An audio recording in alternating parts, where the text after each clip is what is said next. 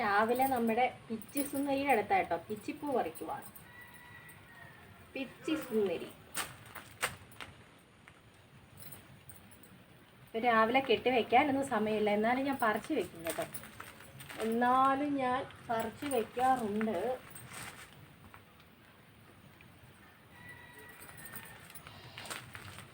ഇത് മണമാണെന്നറിയാമോ? ഇഷ്ടം പോലെ പൂവുണ്ട് നമ്മുടെ മുറ്റത്ത്, ഇഷ്ടം പോലെ പൂവുണ്ട് ഇപ്പം. അപ്പോഴും നിറയെ ചിത്രശലഭമുണ്ട്. ഞാൻ ഇന്നാളിലെ നമ്മുടെ അയ്യത്ത് പോയപ്പോൾ ഞാൻ കാണിച്ചില്ലേ, ചിത്രശലഭം ഇഷ്ടം പോലെ ഉണ്ട് കേട്ടോ. നിറയെ പൂവുണ്ട്. അതേണ്ട നമ്മുടെ ശംഖുപുഷ്പം കണ്ടോ? എനിക്ക് രണ്ട് സൈഡിലും ശംഖുപുഷ്പമുണ്ട് കേട്ടോ. ഇത് തട്ടിൻ്റെ ശംഖുപുഷ്പം 5 or 6 ഇതളുണ്ട് ഇതിൽ കേട്ടോ. നിറയെ ഉണ്ട്. അപ്പുറത്ത് നിൽക്കുന്നത് ഒറ്റ തട്ടിൻ്റെ ശംഖുപുഷ്പം കേട്ടോ. ഇത് നല്ല ഒത്തിരി തട്ടുണ്ട്. നമ്മളിങ്ങനെ വിരിച്ച് രാവിലെയുള്ള പരിപാടിയാണ് കേട്ടോ. ഈ പൂക്കളെയൊക്കെ വന്ന് നോക്കുന്നത് എൻ്റെ പരിപാടിയാണ്. മഴ ചേർന്ന് നമുക്ക് എന്തായാലും അകത്തോട്ടങ്ങ് പോകാം കേട്ടോ. ഇന്നത്തെ വീഡിയോയിലേക്ക് എല്ലാ കൂട്ടുകാർക്കും സ്വാഗതം. അപ്പോഴെല്ലാവർക്കും സുഖമാണെന്ന് കരുതുന്നു. നമുക്കും ഇവിടെ സുഖം തന്നെ. വീഡിയോ കണ്ട് സപ്പോർട്ട് ചെയ്യുന്ന എല്ലാ കൂട്ടുകാർക്കും ഒരുപാട് നന്ദി.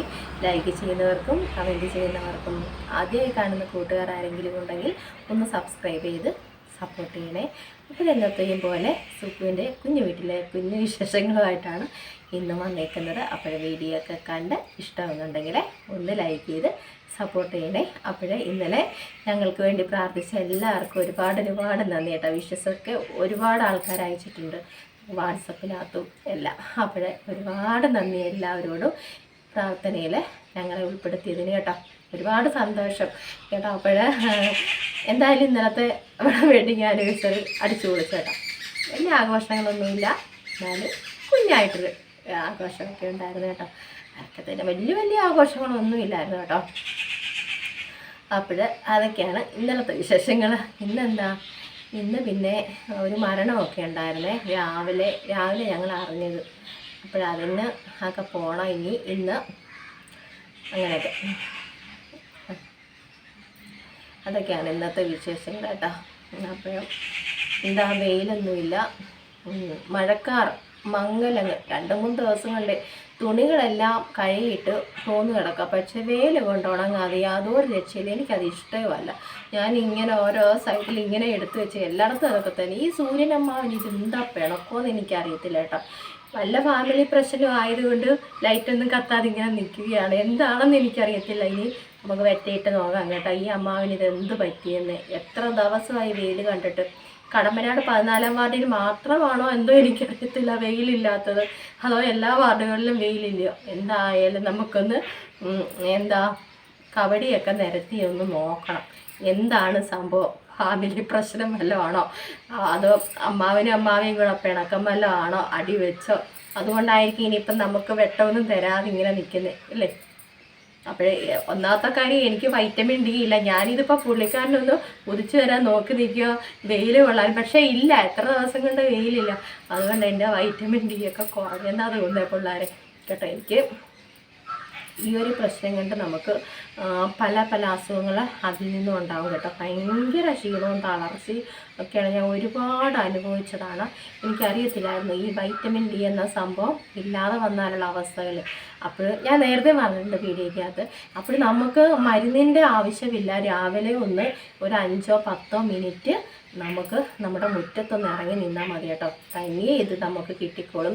അല്ലാതെ വേറെ മരുന്നുകളൊന്നും നമ്മൾ കഴിക്കേണ്ട കാര്യമില്ല. നമ്മളൊക്കെ ഇപ്പം രാവിലെ അകത്ത് കയറിയ വൈകിട്ടൊക്കെ വെയില.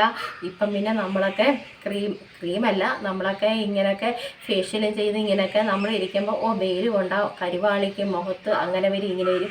പക്ഷെ ആ വെയിലല്ല നമ്മൾ കൊള്ളേണ്ടത്, രാവിലത്തെ വെയിലാണ് നമ്മൾ കൊള്ളേണ്ടത് കേട്ടോ. അപ്പോൾ ഒരുപാട് മരുന്ന് ഞാൻ കഴിച്ചു, എനിക്ക് ഒട്ടുമേ ഇല്ലായിരുന്നു കേട്ടോ.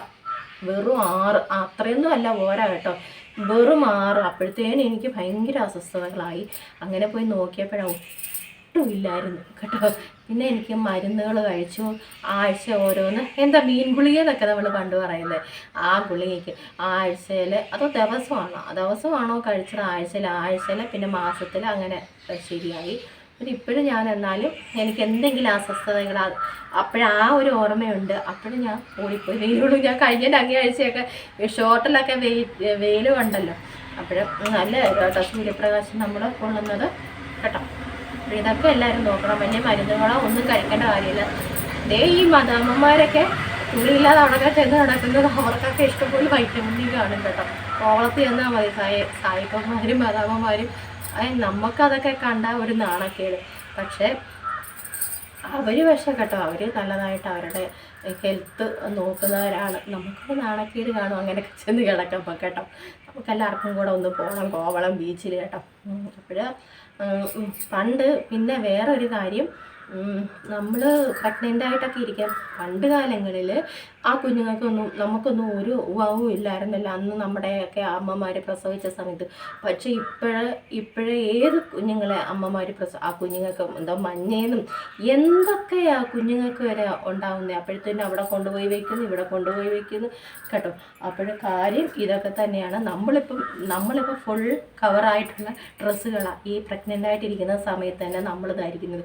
അപ്പോൾ ഈ കുഞ്ഞുമാവ കിടക്കുന്ന വയറ്റിലും ഒന്നും സൂര്യപ്രകാശം ഒന്നും കൊള്ളുന്നില്ല കേട്ടോ.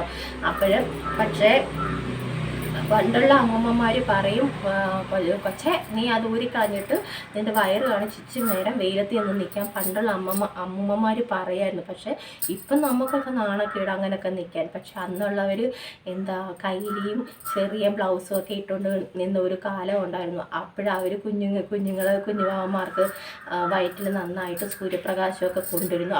അന്ന് നമുക്കൊന്നും ഒരു ഉവാവും ഇല്ലായിരുന്നു. ഇപ്പോഴത്തെ കുഞ്ഞുങ്ങൾക്ക് എല്ലാവർക്കും അല്ലേ, സത്യമല്ലേ പറയാം. നമ്മളൊന്നും ചിന്തിക്കണം ഇതൊക്കെ കേട്ടോ.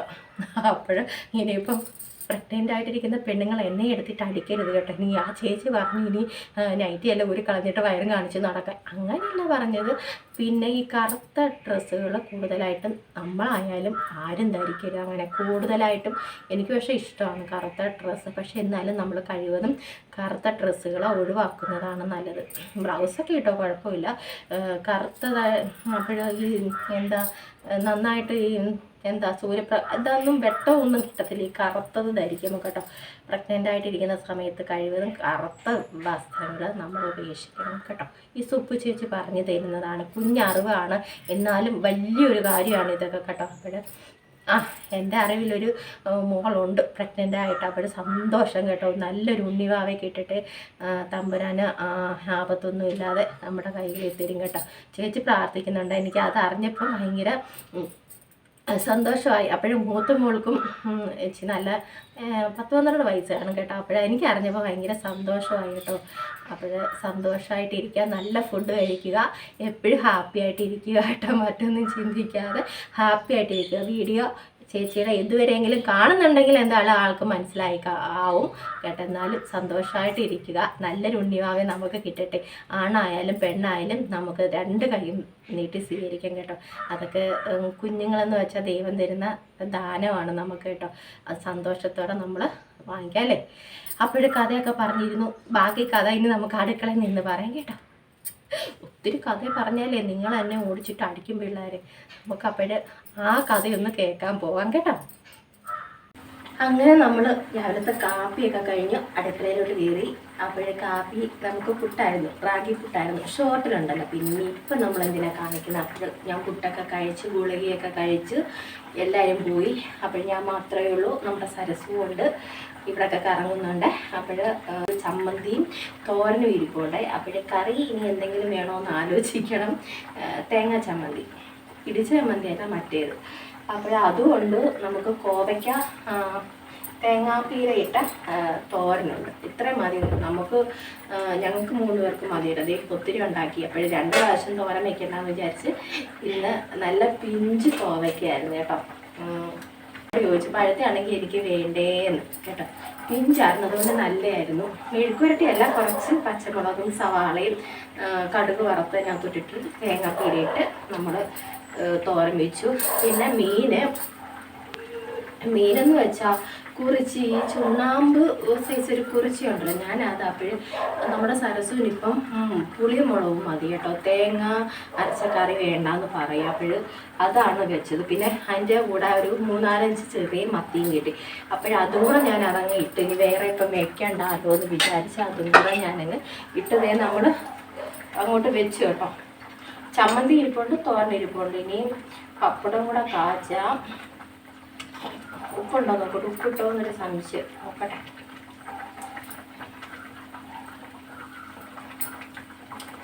ഉപ്പിട്ടായിരുന്നു കേട്ടോ, ഞാനിപ്പോൾ 2ാമത് തട്ടിയിട്ടേ. ഉപ്പൊക്കെ ഉണ്ട്, കുഴപ്പമില്ല, നമുക്ക് അടച്ച് വയ്ക്കാം. ആ മീനായിരുന്നു കേട്ടോ, ആ മീനാണ്. ഇനിയിപ്പം കറി വേണോ നോക്കട്ടെ. തേങ്ങ അരച്ച കറിയൊന്നും അമ്മയ്ക്ക് കഴിച്ചു വിടാം കേട്ടോ, അങ്ങനെ കഴിക്കുന്നില്ല. BP കൂടുതലായതുകൊണ്ട്, സരസുവിന് ഭയങ്കര BP-യാണ്. അതുകൊണ്ട് തേങ്ങ ഒക്കെ ഒഴിവാക്കുക. എണ്ണ, വെളിച്ചെണ്ണ, ഉപ്പ് അതൊക്കെ ഒഴിവാക്കി. അപ്പോഴതുകൊണ്ട് ഇനി കറി എന്ത് വെക്കണമെന്നാണ് ഞാൻ ആലോചിക്കുന്നത്. തേങ്ങയില്ലാതെ സാമ്പാറും വേണ്ട കേട്ടോ, അമ്മ കഴിക്കത്തില്ല സാമ്പാറും. നോക്കട്ടെ, എന്തെങ്കിലുമൊക്കെ ആക്കി കൂട്ടി കൊടുക്കാം കേട്ടോ. അപ്പം ഞാനേ നമ്മുടെ കടുകും ഉലുവായും ഒക്കെ കഴുകി വെച്ചത് തീരുമ്പം ഇതേ ഈ ചെറിയ ടിന്നിനകത്തോട്ട് ഇട്ട് കൊടുക്കും. അങ്ങനെ കേട്ടോ, ഞാൻ അത് ഇട്ടില്ലായിരുന്നു. നമ്മളെന്തേലും കടുക് വറക്കാൻ നോക്കുമ്പോഴായിരിക്കും ഇത് പിന്നെ പോയി തപ്പ. ഇത് ഇച്ചിരി പാടുകൊണ്ട് കേട്ടോ ഇത് തുറക്കാൻ. ഇപ്പോഴാണ് ഞാൻ ഓർത്തത്, എപ്പോഴേ കൊണ്ട് വെച്ചതാണ്, പക്ഷേ ഇപ്പോഴാണ് ഞാൻ അത് ഓർത്തത്. നമുക്ക് കടുക് ഇട്ട് കൊടുക്കാം കേട്ടോ. ഇതാകുമ്പോൾ നമുക്ക് കുറച്ചെടുത്ത് വെച്ചാൽ അല്ലെങ്കിൽ അപ്പം ഞാൻ ഇന്നാലൊക്കെ കടുകും ഉലുവായും ഒക്കെ കഴുകിയപ്പം ചേട്ടനായിരിക്കാം കടുകും ഉലുവായും ഒക്കെ കഴുകുമോ എന്നൊക്കെ. നമ്മൾ കഴുകാൻ കേട്ടോ, കഴുകിയിട്ട് തന്നെ ഇതൊക്കെ എടുക്കുന്നത്. എന്നാ ചോദിക്കും, നമ്മൾ കവറിനകത്തൊക്കെ പൊടിയൊക്കെ വാങ്ങിക്കുമ്പോൾ നമ്മളൊന്നും അറിയുന്നില്ല, ശരി തന്നെ. എങ്കിലും ഇങ്ങനെ വാങ്ങിക്കുമ്പോൾ ഒന്ന് കഴുകി എടുക്കുക കേട്ടോ.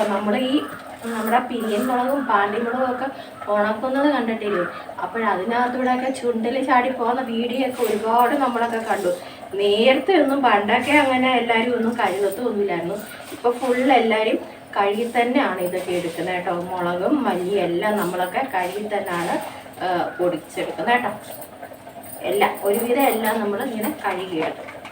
അപ്പോഴത്തേക്കും നമ്മുടെ കടുക് സെറ്റായി. ഇനി അങ്ങ് തട്ടിയിട്ട് കൊടുത്താൽ മതി. നിങ്ങളെ ഞാൻ കാണിക്കാം. ഇവൻ ചെറിയവനാണെങ്കിലും ഭീകരനാണ്. എൻ്റെ കഴുത്ത് മൊത്തം ഇവന് പൊള്ളിച്ചു തന്നു. എവിടാന്നറിയത്തില്ല. ഇവിടങ്ങാണ്ട് കേട്ടോ, ഇവിടങ്ങാണ്ട് പൊള്ളിച്ചു വന്നിട്ടുണ്ട്. ഞാൻ നോക്കിയപ്പോൾ ഇത്രയും കുടുന്നിരിക്കുന്നു. ഇവിടങ്ങാണ്ട് കേട്ടോ, നന്നായിട്ട് പൊള്ളി.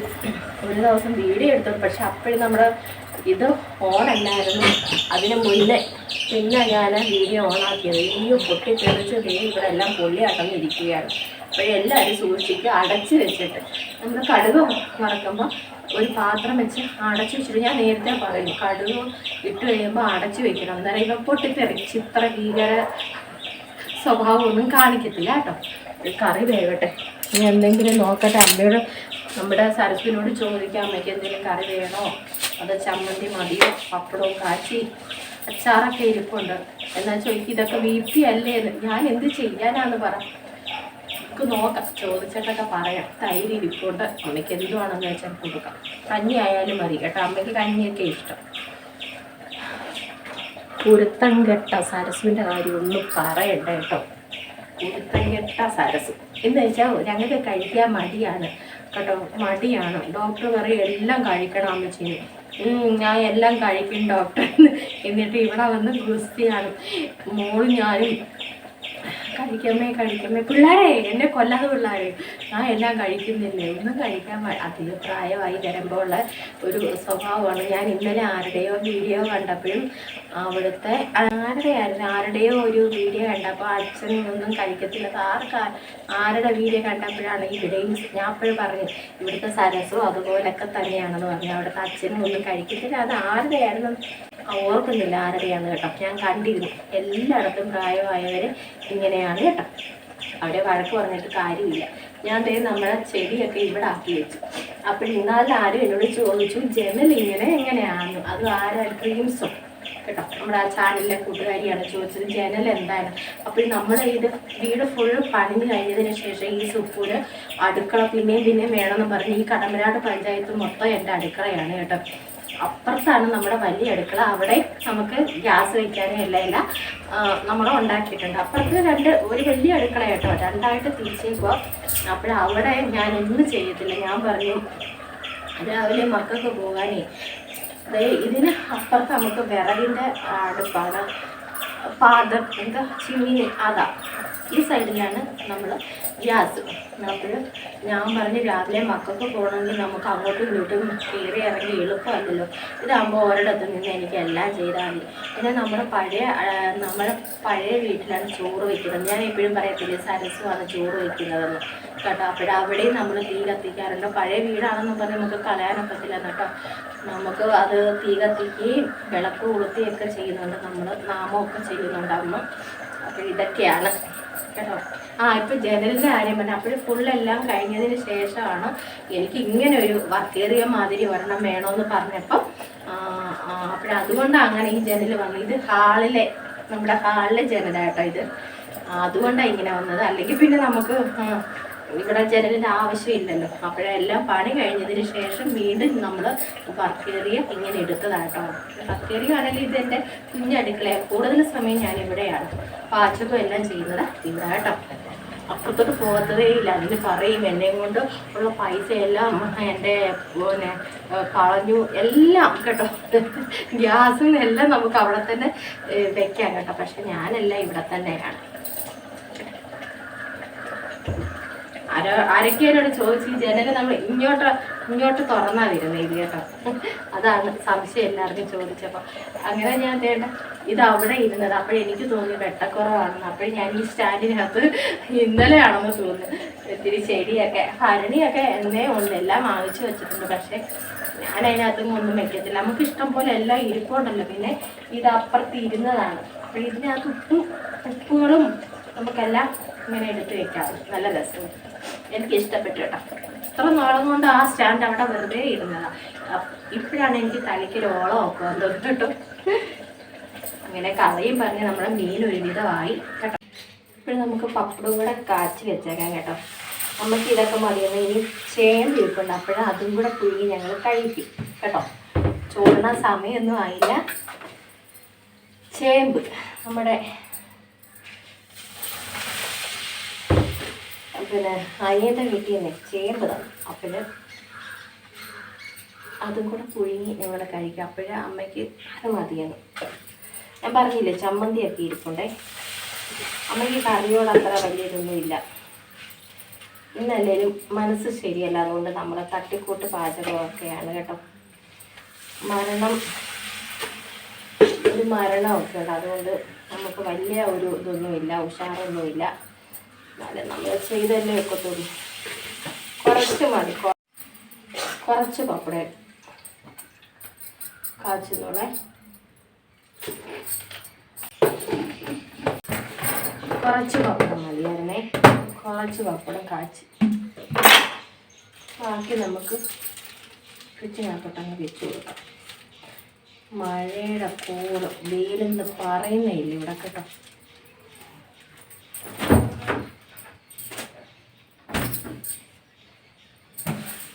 അപ്പോഴെല്ലാം പരിപാടിയും കഴിഞ്ഞു. പാത്രമൊന്നുമില്ല കേട്ടോ, എല്ലാം മഴയ്ക്ക് വെച്ചേക്കൊന്നുമില്ല പാത്രങ്ങളൊന്നും. എല്ലാം ഒന്ന് പറഞ്ഞു കൊടുക്കാം. അങ്ങനെ നമ്മൾ ചോറൊക്കെ ഉണ്ട് കേട്ടോ. ചോറൊക്കെ ഉണ്ട്. 1:30-2 മണിയൊക്കെ ആയി. മഴ ചാറുന്നുണ്ട് കേട്ടോ. മഴ ചാറുന്നുണ്ട്. വെയിലെന്ന് പറയുന്നതില്ല കേട്ടോ. രാവിലെ മുതൽ വെയിലെന്ന് പറയുന്നതില്ല. ചെറുതായിട്ട് മഴ ചന്നുന്നു. നമ്മുടെ അമ്പലത്തിൽ ഉച്ച കഴിഞ്ഞ് നാമം തുടങ്ങത്തില്ലേ, അത് കേൾക്കുന്നു. ഇന്ന് ആ അമ്പലത്തിൽ കഞ്ഞിയൊക്കെ ഉണ്ടായിരുന്നു. ഇന്ന് 12 വിളക്കല്ലേ കണ്ടോ. നമ്മുടെ ഈ ശംഖുപുഷ്പത്തിനകത്ത് നിറച്ചും പൂവുണ്ട് കേട്ടോ. നമ്മുടെ കുഞ്ഞു കിളികളെ കൂട് വെച്ചിട്ടുണ്ട് ഇതിനകത്ത്. ഞാനിവിടെ വരുമ്പോൾ ചെറുതായിട്ടൊന്ന് അനങ്ങും കേട്ടോ. പാവം അവിടെ താമസിച്ചോട്ടെ, അവർക്കും വീട് വേണമല്ലോ. അപ്പോഴും സുപ്പ് വീട് വെച്ച് കൊടുത്തേക്കും കേട്ടോ ഇവിടെ. അപ്പോഴേ ഇഷ്ടംപോലെ പൂക്കളുണ്ട്. ഞാൻ രാവിലെയും പറഞ്ഞില്ലേ ഇഷ്ടംപോലെ പൂക്കളുണ്ട്. അപ്പോഴേ ഇന്നത്തെ സുപ്പുവിൻ്റെ കുഞ്ഞു വിശേഷങ്ങളൊക്കെ ഇഷ്ടമായെങ്കിൽ ഒന്ന് ലൈക്ക് ചെയ്ത് സപ്പോർട്ട് ചെയ്യണേ. ആദ്യമായി കാണുന്ന കൂട്ടുകാർ ആരെങ്കിലും ഉണ്ടെങ്കിൽ ഒന്ന് സബ്സ്ക്രൈബ് ചെയ്ത് സപ്പോർട്ടും ചെയ്തു തരണേ. ഇതേ മഴ ചാറുന്നു. അപ്പോഴേ നല്ല വിശേഷങ്ങളുമായിട്ട് നമുക്ക് നാളെ കാണാം. ഇനി പനി പിടിപ്പിക്കേണ്ട മഴച്ചാറ്റിലൊക്കെ കൊണ്ട്. മഴ ചാറുന്നുണ്ട്.